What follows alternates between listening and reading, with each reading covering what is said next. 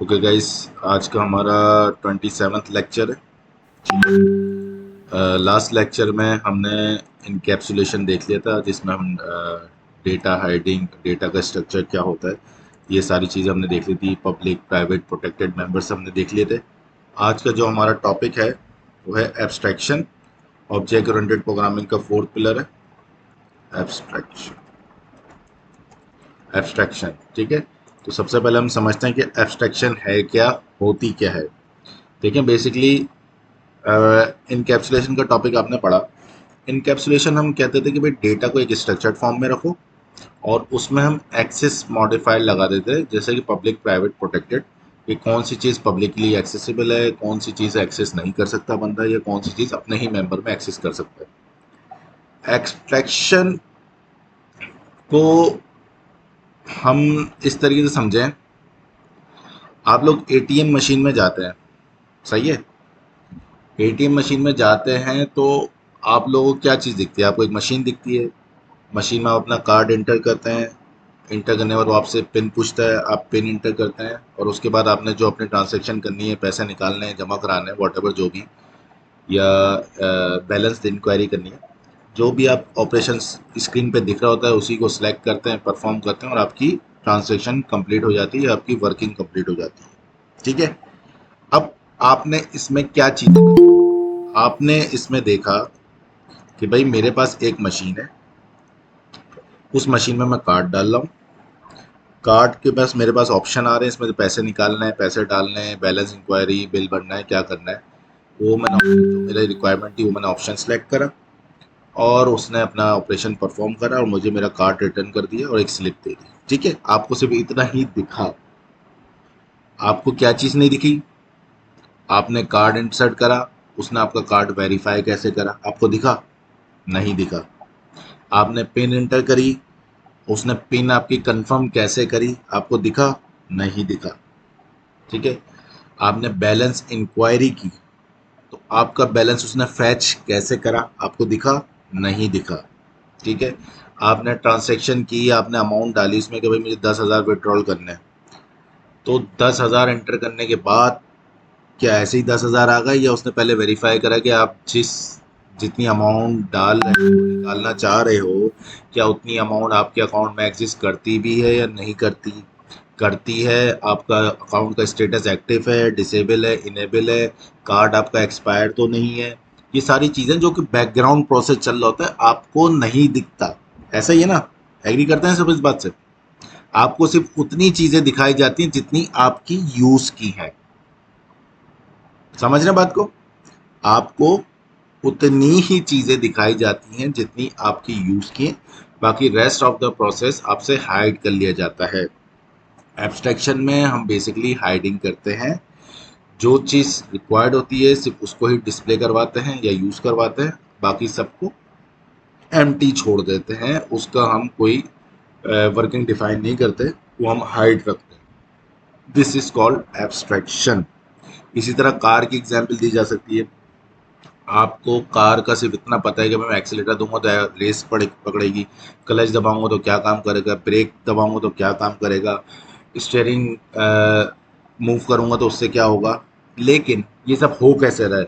Accelerator को press करने से रेस कैसे बढ़ रही है, ये तो आपको नहीं पता। आपको सिर्फ प्रेस कर रहे हो, प्रेस करने से बढ़ कैसे रही है, इंजन की कैपेसिटी कैसे बढ़ रही है, वो कितनी जल्दी रोटेट कर रहा है, कितनी जल्दी फ्यूल कंजम कर रहा है, कितनी फ्यूल कंजम कर रहा है, कितना करंट पास कर रहा है, प्लग क्या काम कर रहे हैं, ये सब आपको नहीं पता। आपको सिर्फ दिख रहा है इंजन, इंजन के अंदर क्या है, उसकी बैकग्राउंड की वर्किंग क्या है, इससे आपका कोई सरोकार नहीं है, आपको पता भी नहीं है इसके बारे में, ठीक है। तो ऐसे काम प्रोग्रामिंग टर्म में कि सिर्फ यूज़र को टू डी पॉइंट चीज़ें जो उसकी रिक्वायर्ड है वो दिखाई जाए, या उस बंदे को जो डेवलप कर रहा है चीज़ें, उसको सिर्फ वही चीज़ें इस्तेमाल करी जाएँ जो उसके काम की हैं, बाकी सबको हाइड कर दिया जाए, बाकी सबको छुपा दिया जाए, ठीक है। तो अब यहाँ छुपाना, प्रोग्रामिंग टर्म में छुपाना किसको कहते हैं, ये मैं आपको बताता हूँ किस तरीके से। अच्छा, एब्स्ट्रैक्ट क्लास बनाने के लिए आपको क्या करना पड़ता है? आपको पहले एक चीज़ इंपोर्ट करनी पड़ती है, from A B C. A B C एक पाइथन की फाइल है जिसमें सारा एब्स्ट्रैक्ट क्लास की वर्किंग और एब्स्ट्रैक्ट मेथड की वर्किंग है, ठीक है। From A B C, import A B C comma abstract method. ठीक है, इसमें से मैंने दो चीज़ें इंपोर्ट करी हैं। एबीसी फाइल का नाम है, abc.py की एक फाइल है, उस फाइल में एबीसी की वर्किंग डिफाइन है और एब्स्ट्रैक्ट मेथड की वर्किंग डिफाइन। तो मैं इन दोनों को इंपोर्ट कर रहा हूँ अपनी इस फाइल में ताकि मैं इन दोनों को यूज कर सकूं। ठीक है, यहां तक बात क्लियर है आप लोगों को, जितनी चीजें अभी मैंने बताई हैं गाइस?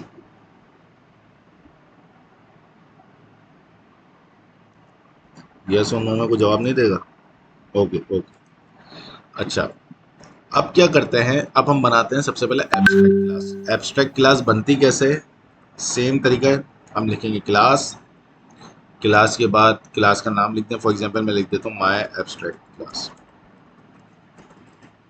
ठीक है, मैंने क्लास के बाद क्लास का नाम लिखा माय एब्स्ट्रैक्ट क्लास, और मैंने सॉरी इसकी बॉर्डर डिफाइन करी। क्या ये मेरी एब्स्ट्रैक्ट क्लास बन गई है?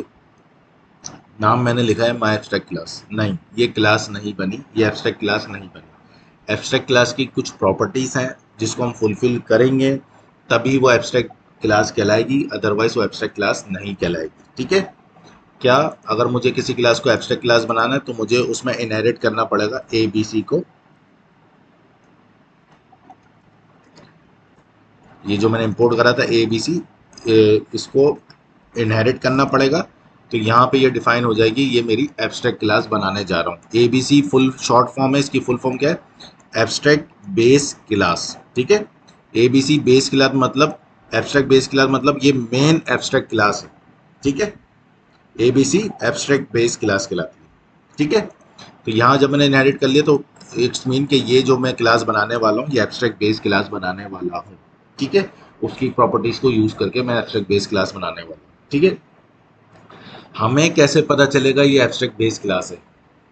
ठीक है, अगर सी शार्प या जावा में आप यूज करें तो आप जब आप क्लास डिफाइन करो तो उसके साथ लिखते हैं एब्स्ट्रैक्ट, तो वहाँ एब्स्ट्रैक्ट के वर्ड से ही हमें पता चल जाता है ये एब्स्ट्रैक्ट क्लास है। लेकिन जब पाइथन में हम कर रहे होते हैं तो हम ए बी सी इनहेरिट करते हैं इसमें, जिससे हमें पता चलता है ये हमारी एब्स्ट्रैक्ट क्लास है।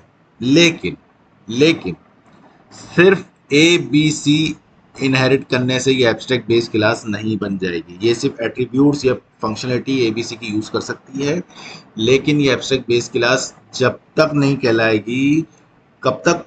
जब तक इसमें कोई एक मेथड, एटलीस्ट वन मेथड हमारा एब्स्ट्रैक्ट मेथड हो। एटलीस्ट वन मेथड जो हम फंक्शन बनाते हैं डेफ करके, वो एक एब्स्ट्रैक्ट मेथड हो इस क्लास के अंदर। जब तक एक भी एब्स्ट्रैक्ट मेथड नहीं है ये एब्स्ट्रैक्ट बेस क्लास नहीं कहलाएगी। सही है, तो एब्स्ट्रैक्ट बेस क्लास की डेफिनेशन ही यही है कि उसका एब्स्ट्रैक्ट बेस क्लास का ऑब्जेक्ट क्रिएट नहीं होता, पहली बात। दूसरी बात, एब्स्ट्रैक्ट बेस क्लास में at least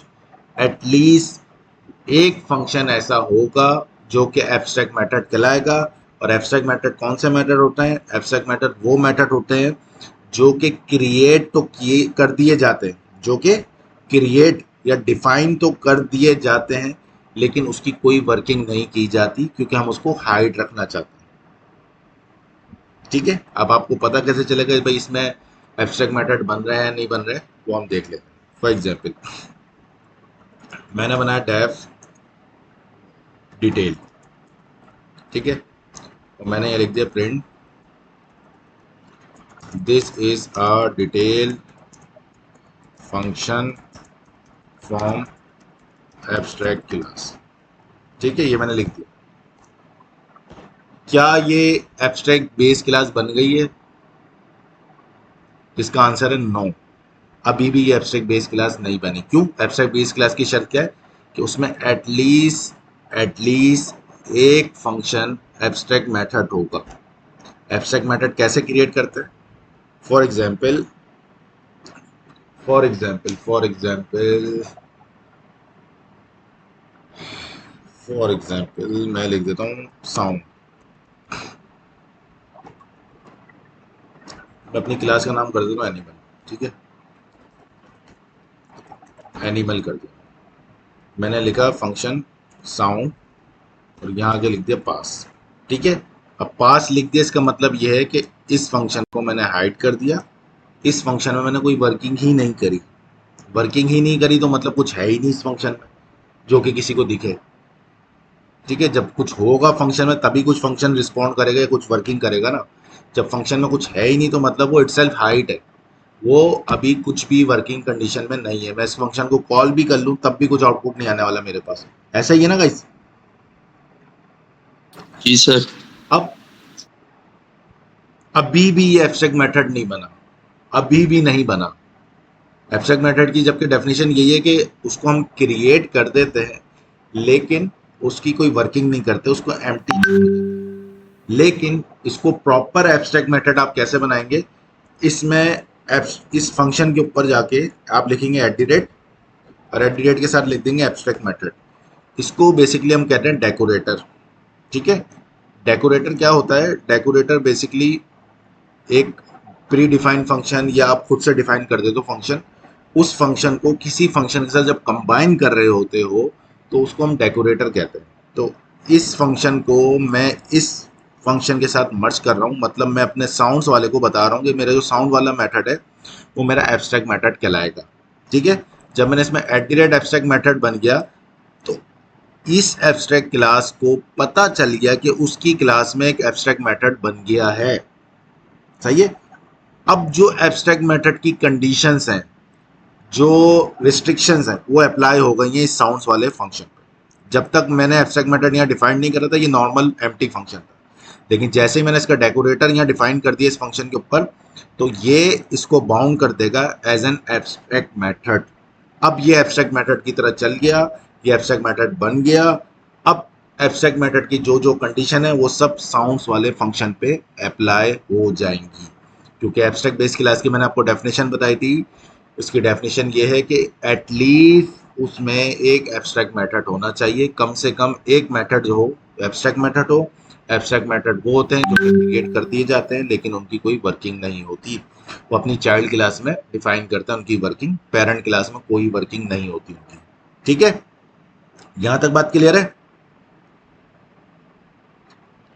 ji guys? Sir.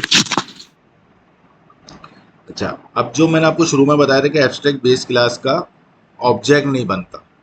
For example मैं ए एन लिख के लिखूं एनिमल, ठीक है, और उसके बाद मैं कॉल करूं ए एन डॉट साउंड्स, तो देखें यहाँ पे क्या आ रहा है, error message, can not instantiate abstract class. देखिए इसको पता है, ये खुद बता रहा है abstract class animal without an implementation of abstract method. ये बता भी रहा, देखा आपको एब्स्ट्रैक्ट मेथड साउंड्स, मतलब आप इंस्टेंटिएट का मतलब है ऑब्जेक्ट, आप ऑब्जेक्ट नहीं बना सकते एब्स्ट्रैक्ट क्लास का एनिमल का। क्यों नहीं बना सकते? Without implementation of the abstract method. जब तक आप एब्स्ट्रैक्ट मेथड की इम्प्लीमेंटेशन नहीं कर देते, इम्प्लीमेंटेशन मुराद उसकी वर्किंग डिफाइन नहीं कर देते, तब तक आप इस क्लास का ऑब्जेक्ट नहीं बना सकते। सही है, ये एरर मैसेज ये कह रहा है। अब अगर मैं इसकी वर्किंग ही कर दूं तो फिर ये एब्स्ट्रैक्ट मेथड नहीं कहलाएगा। ऐसा ही है ना, अगर मैं इसकी वर्किंग यहाँ डिफाइन कर दूं तो ये एब्स्ट्रैक्ट मेथड नहीं कहलाएगा। तो एब्स्ट्रैक्ट क्लासेस हमेशा कॉल होती हैं उनकी चाइल्ड क्लास में। एब्स्ट्रैक्ट क्लास अगर आपको एक्सेस करनी है तो आपको उसकी चाइल्ड क्लास के जरिए एक्सेस कर सकते हो, अदरवाइज आप उसको डायरेक्टली एक्सेस नहीं कर सकते। अब सवाल यहाँ पे पैदा होता है, सर अगर ऐसा है तो फिर एब्स्ट्रैक्ट क्लासेस की ज़रूरत ही क्यों पड़ी हमें? देखें, अब थोड़ा समझें, थोड़ा समझने की कोशिश करें। शुरू शुरू में मुश्किल लगेगा, हमें भी मुश्किल लग रहा था इसका कॉन्सेप्ट बनाना, लेकिन बहुत काम की चीज़ है। अब आप कोई एक बड़ा प्रोजेक्ट बनाने जा रहे हो, आपके पास कोई एक बड़ा प्रोजेक्ट आ गया है जिसके कोई 6 से 7 फेजेस हैं, हर फेजेस में अलग अलग फंक्शंस आपने डिफाइन कर लिए इसको डॉक्यूमेंट रीड करके कि इसमें ये वाला फंक्शन भी होगा, ये फंक्शन भी होगा, ये फंक्शन भी होगा, ये। लेकिन आपको ये तो पता है इसमें ये फंक्शन होगा, लेकिन इस फंक्शन की कब, कहाँ, किस मॉड्यूल में, किस हिसाब से नीड होगी या रिक्वायरमेंट होगी वो आपको नहीं पता। आपको पता है यार यहाँ पे ना इसमें एक साउंड्स का फंक्शन बनेगा, लेकिन आपको पता है ये साउंड का फंक्शन तकरीबन 10 अलग अलग जगह यूज होगा, लेकिन अलग अलग तरीके से। समझिएगा मेरी बात को। आपने प्रोजेक्ट की डॉक्यूमेंट रीड करी, आपने उसको समराइज करा, आपने बोला यार इसमें एक साउंड का फंक्शन है, वो तो बनेगा क्योंकि इसमें साउंड से रिलेटेड चीज़ें हैं, लेकिन ये हर मॉड्यूल में अलग अलग तरीके से यूज़ हो रहा है, किसी में कुछ पर्पस है, किसी में कुछ पर्पस है, किसी में कुछ पर्पस है, मतलब हर मॉड्यूल की अपनी अलग अलग एक फंक्शनलिटी है। ठीक है, तो ऐसे केसेस में जब आपको ऐसे बड़ा प्रोजेक्ट आ जाता है, उसमें जब आप उसको ब्रेक डाउन करते हो तो आप सबसे पहले उसकी बनाते हो एब्स्ट्रैक्ट क्लास। वो आप इसलिए बनाते हो कि आपने सिर्फ ये आइडेंटिफाई कर लिया यार इसमें ये चीज़ें होंगी, लेकिन कहाँ कब कैसे किस तरीके से इस्तेमाल होंगी, ये आप जब उस मॉड्यूल पे पहुंचोगे तभी आप आइडेंटिफाई कर पाओगे, उससे पहले नहीं कर पाओगे। सही है, तो आप क्या करते हो, आपको पता चल गया यार ये चीज़ें हैं, तो आप उसको जस्ट एब्स्ट्रैक्ट क्लास बना के उसके मेथड डिफाइन कर देते हो उस एब्स्ट्रैक्ट क्लास में, ताकि आगे चल के आप भूल ना जाओ। आपने एक स्ट्रक्चर बना लिया, आपने एब्स्ट्रैक्ट क्लास में वो सारे फंक्शन डाल दिए जो जो यूज़ हो सकते हैं, कहाँ कहाँ यूज़ हो सकते हैं ये नहीं पता, लेकिन हो सकते हैं, तो आपने वो सारे फंक्शन बना दिए, उनके नाम क्रिएट कर दिए और उनको एम्प्टी छोड़ के एब्स्ट्रैक्ट मेथड बना दिया। अब इसका बेनिफिट क्या होगा, अब आपने जब ये सारी चीज़ें बना ली तो एब्स्ट्रैक्ट क्लास आपको पाबंद करती है, समझिएगा बात को, एब्स्ट्रैक्ट क्लास आपको पाबंद करती है कि जब भी आप एब्स्ट्रैक्ट क्लास को किसी चाइल्ड क्लास में इनहेरिट करोगे या किसी कॉन्क्रीट क्लास में इनहेरिट करोगे, ठीक है, तो आपको उसके सारे के सारे तो आपको उसके सारे के सारे एब्स्ट्रैक्ट मेथड कॉल करने होंगे, यूज करने होंगे उस चाइल्ड क्लास में। इसका बेनिफिट क्या होगा, इसका बेनिफिट ये है कि आप कोई भी एब्स्ट्रैक्ट मेथड भूल नहीं सकते, ये कोड आपको चलाने ही नहीं देगा जब तक आप वो एब्स्ट्रैक्ट मेथड कॉल ना कर लो या क्रिएट ना कर लो उसकी चाइल्ड क्लास में, ये आपको पाबंद कर देगा। अभी मैं आपको करके दिखाऊंगा एग्जाम्पल, अगर मैं इसका एब्स्ट्रैक्ट मेथड उस चाइल्ड क्लास में क्रिएट ही ना करूं, ये मुझे चलाने ही नहीं देगा, वो चाइल्ड क्लास भी चलाने नहीं देगा, तो ये मुझे पाबंद कर देता कि नहीं, जब तक आप ये यूज़ नहीं करोगे तब तक आप नहीं चला सकते। ठीक है, तो जो इसमें डेटा हाइडिंग की चीज़ें, जो चीज़ हम छुपाना चाह रहे हैं, वो बेसिकली ये फंक्शन है जो कि हम इस क्लास में डिफाइन करके छुपा रहे हैं।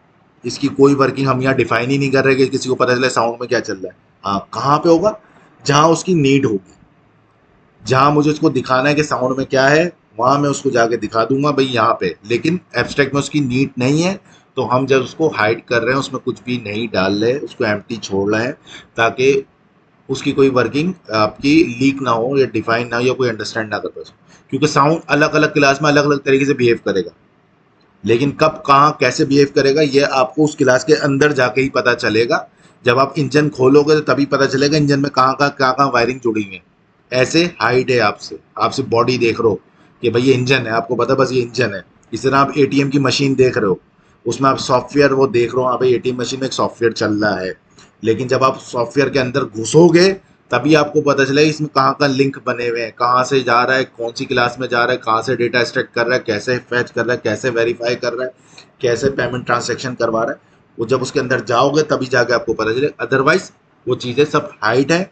जिस तरह ये साउंड फॉर एग्जाम्पल अभी हाइड है, आपको पता है साउंड है, लेकिन सिर्फ पता है साउंड है, क्या है साउंड में कुछ नहीं पता। वो आपको पर्टिकुलर ब्रांच में, पर्टिकुलर क्लास में, पर्टिकुलर फंक्शन में जाके पता चलेगा कि इसमें है क्या। समझ में आ रहा है, थोड़ा कॉन्सेप्ट समझ में आ रहा है इसका? जी सर। अच्छा, अब आपने देख लिया मैंने एब्स्ट्रैक्ट क्लास का ऑब्जेक्ट बनाया तो इसने मुझे चलाने नहीं दिया। अब हम बनाते हैं कॉन्क्रीट क्लास।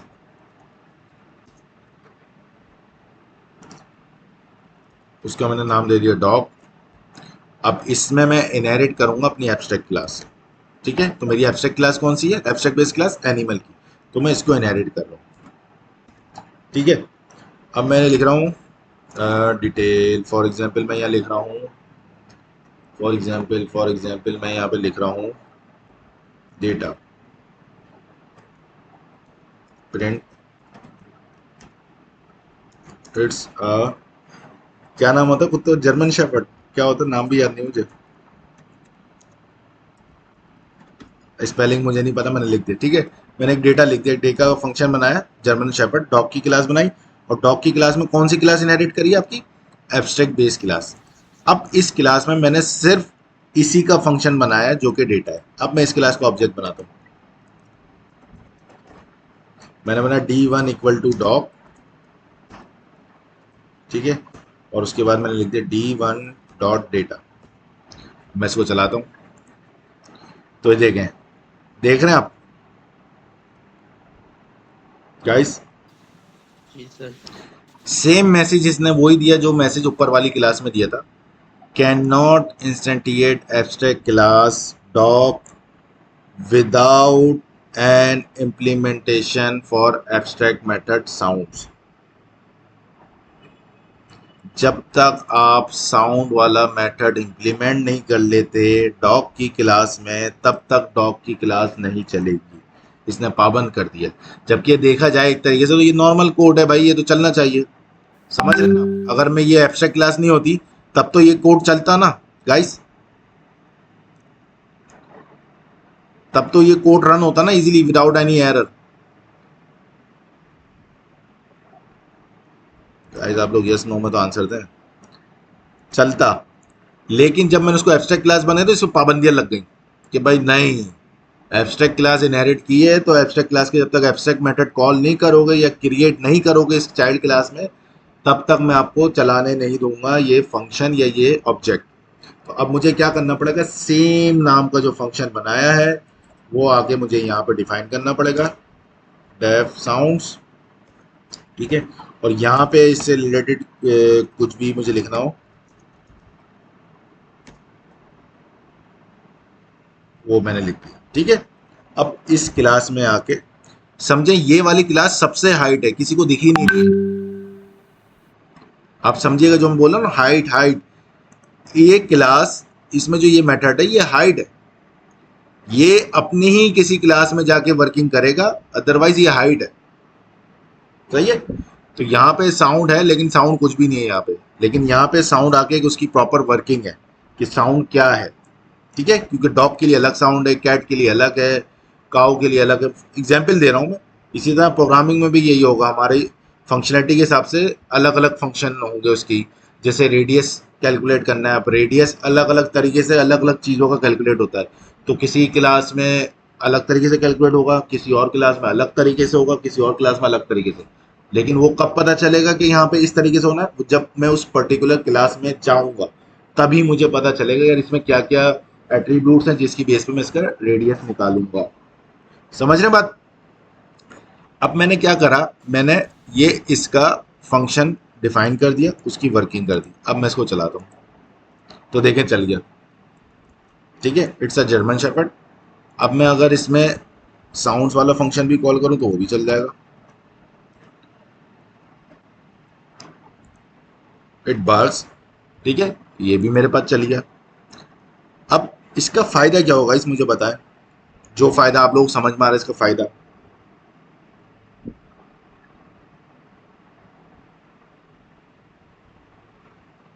कोई फायदा आप लोगों को समझ में आ रहा है इसका? एक, रीयूजेबिलिटी। एब्स्ट्रैक्ट बेस क्लास से मुझे रीयूजेबिलिटी मिल गई कि मैं इसके हर एब्स्ट्रैक्ट मेथड को हर क्लास में यूज़ करूँगा, रीयूज़ करूँगा, चाहे उस क्लास में उसकी मुझे नीड हो या ना हो। अगर मैंने एब्स्ट्रैक्ट क्लास उसमें इनहेरिट कर ली है तो उस क्लास में जितने भी एब्स्ट्रैक्ट मेथड हो, चाहे एक हो, चाहे 10 हो, चाहे 50 हो, चाहे 100 हो, मुझे 100 के 100 एब्स्ट्रैक्ट मेथड उसकी चाइल्ड क्लास में क्रिएट करने पड़ेंगे। ये मुझे पाबंद कर दिया इस स्ट्रक्चर ने, जिसकी बेस पे मुझे फ़ायदा ये होता है कि मैं कोई चीज़ भूल नहीं सकता, ओवरलुक नहीं हो सकती कि मैं भूल जाऊँ यार यहाँ पे ये फंक्शन भी आना था मैंने मिस कर दिया। क्यों? क्योंकि एब्स्ट्रैक्ट क्लास मुझे पाबंद कर देगी कि जब तक मैं उसके सारे फंक्शन कॉल ना कर लूँ तब तक वो मुझे चलाने नहीं देगा आगे, ठीक है। तो ये बड़े प्रोजेक्ट में होता है कि अक्सर चीज़ें निगलेक्ट हो जाती हैं, भूल जाते हैं, फिर सोचते हैं, फिर दोबारा ब्रेन स्टॉर्मिंग करते हैं यार इसमें क्या था, क्या चीज़ लगानी थी, जहन में नहीं आ रही। तो इसलिए डेवलपर्स एब्स्ट्रैक्ट क्लास का यूज़ करते हैं फ्रिक्वेंटली बड़े प्रोजेक्ट्स में, ताकि वो कोई भी चीज़ ओवरलुक ना कर पाए। यहाँ तक बात क्लियर है। अब यहाँ पे जब मैंने लिख दिया साउंड, अब मेरे पास साउंड की कोई वर्किंग नहीं है। फॉर एग्जाम्पल डॉग में मुझे साउंड यूज नहीं करना था, लेकिन एब्स्ट्रैक्ट क्लास इनहेरिट की हुई है, तो मैं जस्ट साउंड का फंक्शन क्रिएट करके उसको पास कर दूँ। अब मुझे यहाँ पे बताने की जरूरत नहीं है एब्स्ट्रैक्ट मेथड है, इसको ऑलरेडी पता ही एब्स्ट्रैक्ट मेथड है क्योंकि ये इस क्लास से आ रहा है। अब मैं इसको चलाता हूँ तो देख चल रहा है, कोई एरर नहीं है, एम्प्टी छोड़ा हुआ है, एम्प्टी छोड़ा हुआ है क्योंकि इस क्लास में इसकी मुझे कोई नीड नहीं है। तो मैं इसको कॉल जरूर करूंगा, लेकिन इसकी वर्किंग करूं ना करूं मेरी चॉइस है, मेरी रिक्वायरमेंट है। अगर रिक्वायरमेंट होगी वर्किंग करनी है तो करूंगा, अदरवाइज मैं इसको जस्ट कॉल करके छोड़ दूँ। लेकिन अगर मैं इसको क्रिएट ही ना करूं इसकी चाइल्ड क्लास में तो ये मुझे एरर जनरेट कर देगा। क्लियर है गाइस यहां तक? हेलो जी सर। गाइस, जुबैर, वाजिद, जरी खान, जी क्लियर सर। है?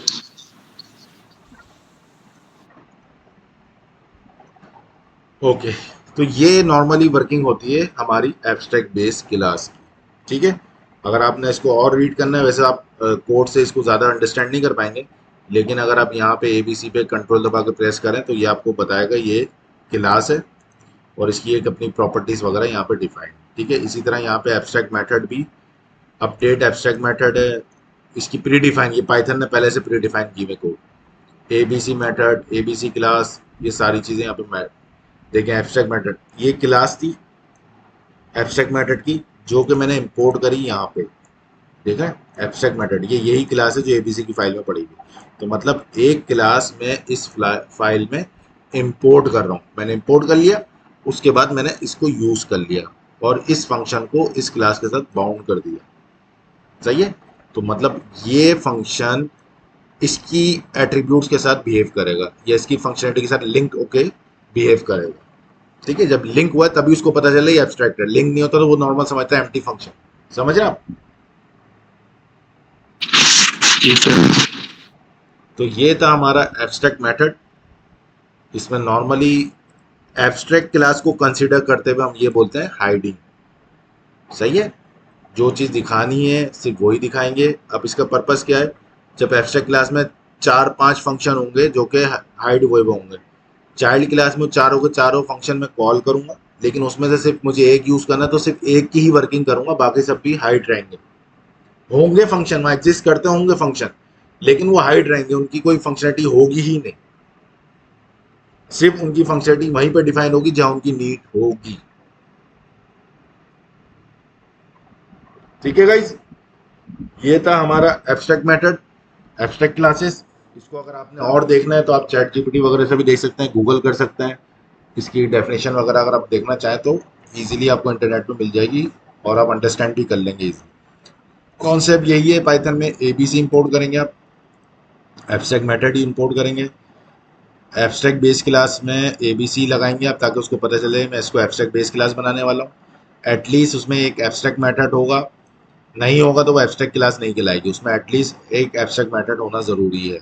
ठीक है, तो जब मैंने उसको एब्स्ट्रैक्ट मेथड बना दिया तो वो मेरी एब्स्ट्रैक्ट बेस क्लास कहलाएगी। एब्स्ट्रैक्ट बेस क्लास का डायरेक्ट ऑब्जेक्ट नहीं बनता, उसको उसकी चाइल्ड क्लास के जरिए कॉल कर सकते हैं, लेकिन उसमें भी आपके पास पाबंदी है कि उसके सारे के सारे एब्स्ट्रैक्ट मेथड आपने उसकी चाइल्ड क्लास में क्रिएट करने हैं दोबारा, और उसमें से जिसकी आपको नीड हो उसकी वर्किंग कर दें, जिसकी नीड ना हो उसको एम्प्टी छोड़ दें। लेकिन चाइल्ड क्लास में आपको बताना नहीं पड़ेगा ये एब्स्ट्रैक्ट मेथड है, वो उसको ऑलरेडी पता होगा ये एब्स्ट्रैक्ट मेथड है। जिस तरह मैंने यहाँ साउंड के ऊपर एब्स्ट्रैक्ट मेथड नहीं लिखा, इसी तरह आप भी नहीं लगाएंगे क्योंकि इसको ऑलरेडी पता है ये इसका एब्स्ट्रैक्ट मेथड है। क्योंकि जैसे ही मैं इसको गायब कर दूंगा यहाँ से, वो मुझे इसकी चाइल्ड क्लास चलाने ही नहीं देगा। देखें एरर दे रहा फॉर, कह रहा ना can not instantiate abstract class dog without an implementation for abstract method sound. बता भी रहा एब्स्ट्रैक्ट मेथड साउंड, जब तक इसकी इम्प्लीमेंटेशन नहीं करोगे तब तक मैं आपको चलाने नहीं दूंगा इसका ऑब्जेक्ट। समझ रहे हैं? जी सर। अगर एक से ज्यादा दो हो जाए, फॉर एग्जाम्पल मैं एक और बना दूं, डेफ साउंड ईट, ईट का बना दिया मैंने, यहाँ भी लिख दिया मैंने पास, और इसके ऊपर भी आगे मैंने कर दिया एब्स्ट्रैक्ट मेथड। ठीक है, तो अब मेरे पास इस क्लास में दो एब्स्ट्रैक्ट मेथड हैं। इट्स मीन कि मुझे साउंड भी इस चाइल्ड क्लास में कॉल करना पड़ेगा और ईड भी। अब अगर मैं यहाँ पे साउंड मैंने लिखा हुआ है, उसको मैंने एम्प्टी छोड़ दिया, अब मैं चलाता हूँ तो तब भी नहीं चलाने देगा। अब देखें यहाँ पे ईड वाला बता रहा है, जब तक ईड भी नहीं बनाओगे तो मैं चलाने ही नहीं दूंगा। तो आपको यहाँ पे ईड भी बनाना पड़ेगा, डेफ ईड, इसको भी आप पास कर दें तो अब ये चलाने देगा आपको। देखें अब चल रहा है, आपको एरर नहीं दे रहा। अब आप समझते हैं यार ये दो तो फंक्शन है, लेकिन इस डॉग वाली क्लास में सिर्फ साउंड का फंक्शन मुझे यूज करना है, तो आप जस्ट साउंड की वर्किंग कर दें, बाकी वाले को ऐसे ही एम्प्टी छोड़ दें तो ये तब भी सही चलेगा। ठीक है, मैं यहाँ लिख दूँ d1.sound, तो ये साउंड वाला फंक्शन चला देगा यहाँ पे। तो मतलब अगर ये प्रोग्राम चल रहा है तो इस प्रोग्राम में आपको सिर्फ दो चीज़ें देखनी है, एक इट्स अ जर्मन शेफर्ड, दूसरा बार्स। आपको तीसरी चीज़ दिखी नहीं थी, जबकि वहाँ एग्जिस्ट करती है, ईट का फंक्शन यहाँ पे एग्जिस्ट करता है, लेकिन वो चीज़ हाइड है। आप उसको लिख भी लो तब भी वो नहीं चलेगी अनटिल अनलेस की वर्किंग ना कर दें। ठीक है गाइस, क्लियर है? ओके, तो ऑब्जेक्ट ओरिएंटेड प्रोग्रामिंग का टॉपिक हमारा कंप्लीट हो गया है। हमने 4 पिलर जो थे ऑब्जेक्ट ओरिएंटेड प्रोग्रामिंग के वो हमने देख लिए, जिसमें हमारा इनहेरिटेंस था। इनहेरिटेंस की 5 टाइप थी, हमने 1 बाय 1 करके सारी देखी। उसके बाद हमने पॉलीमॉर्फिज्म देखा। पॉलीमॉर्फिज्म में हमने डेटा मेथड ओवरराइडिंग देखा, और मेथड ओवरलोडिंग पाइथन सपोर्ट नहीं करता, और ऑपरेटर ओवरलोडिंग पाइथन सपोर्ट करता है, वो हमने देखा। फिर हम आए इनकैप्सुलेशन पे। इनकैप्सुलेशन में हमने स्ट्रक्चर समझा, स्ट्रक्चर क्या होता है, और उसमें पब्लिक प्राइवेट प्रोटेक्टेड किस तरीके से वर्क करती है वो हमने देखा। फिर हमने लास्ट पिलर जो था उसका था एब्स्ट्रैक्शन, एब्स्ट्रैक्ट बेस क्लास। तो हमने वहाँ पे एब्स्ट्रैक्ट बेस क्लास देखी, उसमें हमें ये आइडिया हो कि एब्स्ट्रैक्ट बेस क्लास का ऑब्जेक्ट क्रिएट नहीं होता, उसमें एब्स्ट्रैक्ट मेथड होते हैं। एटलीस्ट कम से कम एक एब्स्ट्रैक्ट मेथड लाजमी होगा एब्स्ट्रैक्ट बेस क्लास में, और उसको जस्ट उसकी चाइल्ड क्लास के ही जरिए हम एक्सेस कर सकते हैं, डायरेक्टली उसका ऑब्जेक्ट क्रिएट नहीं कर सकते। चाइल्ड क्लास में भी जितने एब्स्ट्रैक्ट मेथड होंगे वो सब के सब क्रिएट करना ज़रूरी होंगे, लेकिन अगर नीड है, रिक्वायरमेंट है, तो उसमें से किसी की जो वर्किंग करनी है तो कर लो, अगर नहीं करनी तो उसको भी आप एम्प्टी छोड़ सकते हो। लेकिन शर्त ये है, पाबंदी है कि आपको सारे के सारे एब्स्ट्रैक्ट मेथड चाइल्ड क्लास में क्रिएट करने होंगे, अदरवाइज वो आपको रन करने नहीं देगा प्रोजेक्ट या कोड। ठीक है, तो ये था हमारा ऑब्जेक्ट ओरिएंटेड प्रोग्रामिंग।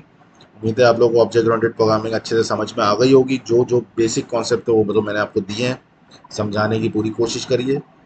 अब इंशाल्लाह फ्रॉम टुमारो हम स्टार्ट करेंगे अपना मेन सबसे इम्पॉर्टेंट जो हमारा इस कोर्स का हिस्सा है, वो है जेंगो वेब फ्रेमवर्क। तो इंशाल्लाह हम लोग कल से जेंगो वेब फ्रेमवर्क स्टार्ट करेंगे। अब कोई भी क्लास मिस ना करे, क्योंकि क्लास मिस करेंगे तो फिर समझ लें आप लोगों का ही नुकसान है।